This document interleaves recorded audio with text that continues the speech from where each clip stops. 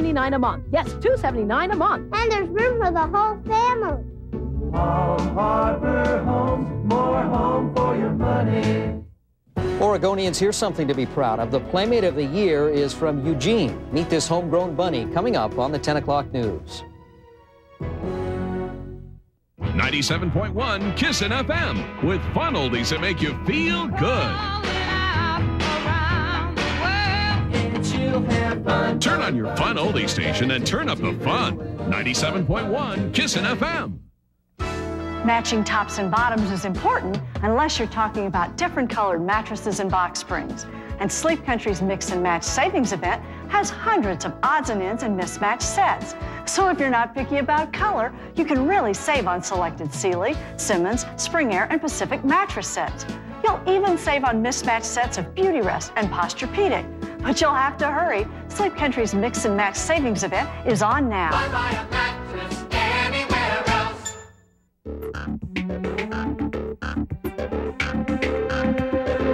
I'm not going to become one of those old men who sit in lawn chairs on driveways and regret adventures I never took.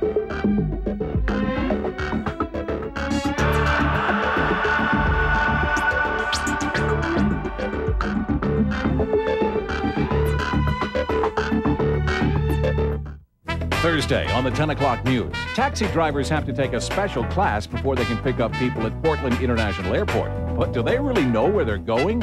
We take a hidden camera along for the ride. Wait till you see what happens when we put cabbies to the test. 12 on Assignment reports Thursday on the 10 o'clock news. Tonight, parents of children involved in the Columbine High School massacre are outraged over a videotape. Today, the local district attorney released the video to the public. It shows graphic scenes from the day of the shooting. David Wilson is joining us now with more on this story. Yeah, we do want to warn you, portions of this videotape are extremely graphic, especially scenes from the school library where several students died. Originally put together as a training tape for firefighters, the video is eerily set to some pop music.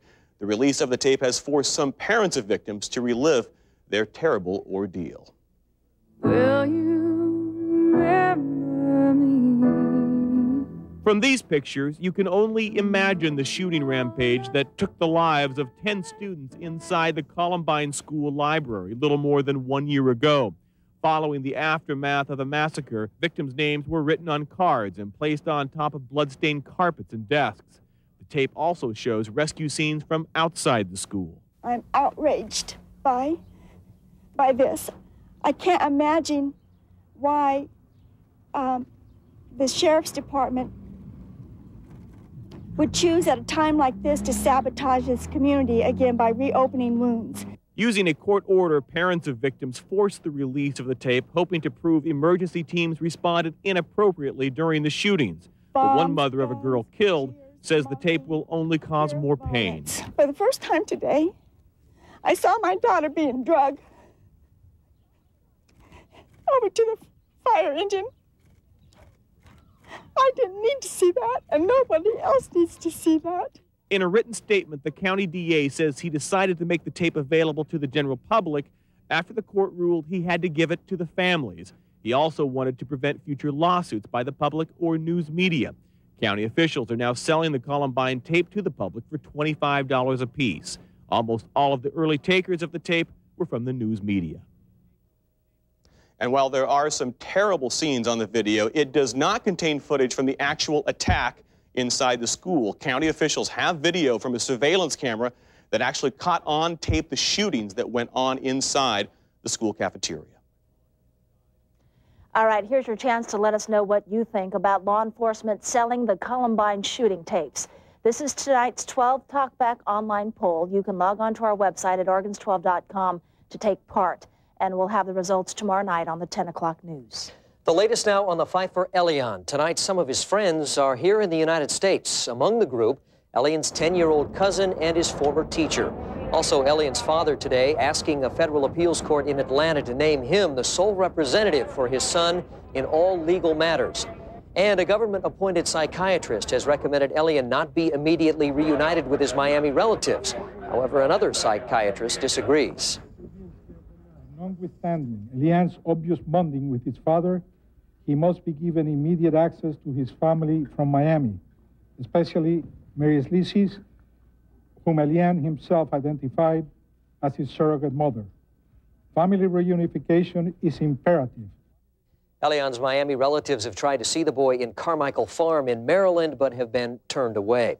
We'll track Elian's playmates traveling to their long-lost friend, plus have the latest on Juan Miguel Gonzalez's request to speak for his son tomorrow on the 10 o'clock news. And Kurt, another news from America tonight, a train crash in Texas. An engineer suffered a broken arm after his locomotive smashed into an 18-wheeler. The 82-car Union Pacific freight train hit the truck at a crossing near Round Rock, Texas.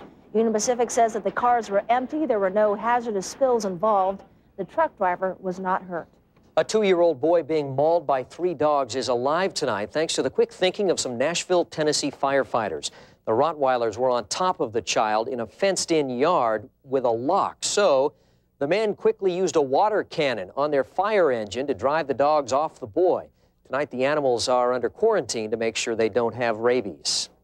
And this story in from California tonight. It was a dog that was rescued by firefighters.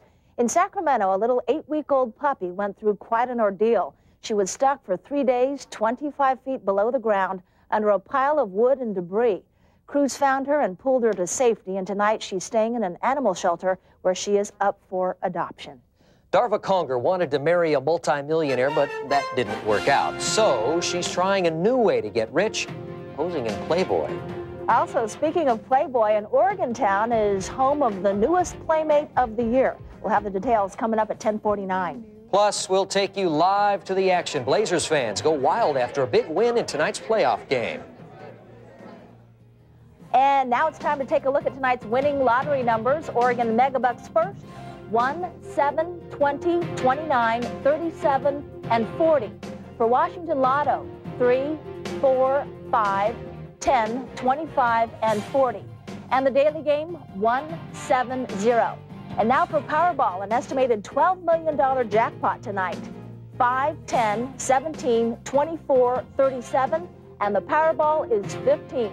Good luck. We'll be back in just a moment. Well, it was a big game tonight between the Blazers and the Minnesota Timberwolves. After a big win, Blazer fans are out in full force to support their team. Marilyn Deutsch is live at the Rose Garden with the reaction. Marilyn. Hey, we're here at Kachina, where Blazer fans have come to unwind after that exciting game. And screen. It was a nail-biter of a win, of course, Trailblazer fans. Do you have something you want to say? Blazers rule! Okay, we got it in there. Of course, it was a nail-biter of a win, and that's what Blazer fans are used to. Longtime Blazer fans are used to that. Win or lose, they're in it for the love of the game. None were pros, and some were just toddling about. When more than 2 decades ago, Rosie Noble started attending Portland Trailblazer games. In 22 years, this ardent fan has watched more than 180 different Trailblazers come and go. She missed in that time just 5 home games, waiting each year for a repeat of the fabled 1977 championship season. And this year? I hope so. I got so many friends here, I don't want to not come back. Bob and Romaine Harding, longtime season ticket holders too. They got a good chance. Bob and Marcy Nemhauser have also waited 2 decades for another NBA title. They have a good chance if it's against the Lakers. They'll take it in a 7-game series, and I think we can beat anyone in the East. And these fans were here on Sunday too, and saw the game that caused the Timberwolves to accuse the Trailblazers of dirty play. No, I don't think so. I think the other team just as bad. I mean, nobody's any different, you know. Why do you think they said that? So the referees would give the other team a break tonight. They played hard. They play hard. Yes, absolutely. And I think Rasheed Wallace sometimes gets dirty deals.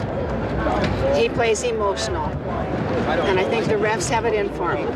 Still, number 30, Rasheed Wallace, is both the Blazers' leading scorer and the league's leader in technicals. I love his passion, and sometimes the passion overflows, and he probably says some things he shouldn't. But I wouldn't change him. That's his game. And he's not dirty, and he's not trying to hurt anybody. Perhaps they are loyal to a fault. Still, these longtime Blazer fans wouldn't have it any other way. We don't have another life. Sounds like a pretty good life to me. Here, I wanted to ask Dan and Jenny why they think these games have been such nail-biters. Why have they been so close? I don't know. Everybody's shooting pretty good from the floor. Offense is good on both sides. Good officiated games. And by the way, do the Blazers play dirty or do they play hard? I thought it was a pretty clean game tonight. There's just so much talent out there on the floor, and you know, Minnesota's such a fast team, but the Blazers came back and they won it, and that's what we need. Okay. All right, on to Game 3 in Minnesota. That'll be Sunday. Back to you, Kurt and Anna. Marilyn, thanks very much. Good to hear folks sticking up for Rashid out there.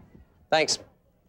All right, in other news now. First, she was the blushing bride in the multimillionaire wedding on Fox television. Then she got an annulment. Now it looks like Darva Conger is going to be a future Playboy bunny. The New York Post says that Conger will be paid a six-figure amount to take off her clothes for the magazine. Playboy will not confirm or deny the report tonight. Hugh Hefner does not say that Conger will be the Playmate of the Year, but she will be at the Playmate of the Year party, which is tomorrow night at the Playboy Mansion in Los Angeles. And speaking of the Playmate of the Year, she happens to be an Oregonian. Jody Ann Patterson is a Eugene native, and along with the honor of being this century's first Playmate of the Year, the 24-year-old will receive $100,000, a 2000 Corvette coupe, and a BMW motorcycle. Jody is featured in a 10-page pictorial and on the cover of the latest Playboy issue, which does hit newsstands next Tuesday. And I understand some creative editing was necessary to get that video on the air tonight. Next in sports, we'll take you back to the Rose Garden for a live report on tonight's Blazer playoff game. Also, the Cardinals make home run history tonight in St. Louis. That and more when we come back. They break the old record of 49 set by Cleveland in April of 1997. Still a couple days left. You know what I say? Who cares? Your team's finally doing it for you, though. Okay, that's good, quick Rod. weather. What about those Cardinals? Weather, 53 degrees. It will be warm in the morning. Maybe some showers at the coast. The rest of us will wait until afternoon. All right. See you tomorrow night at 10. Good night. Good night.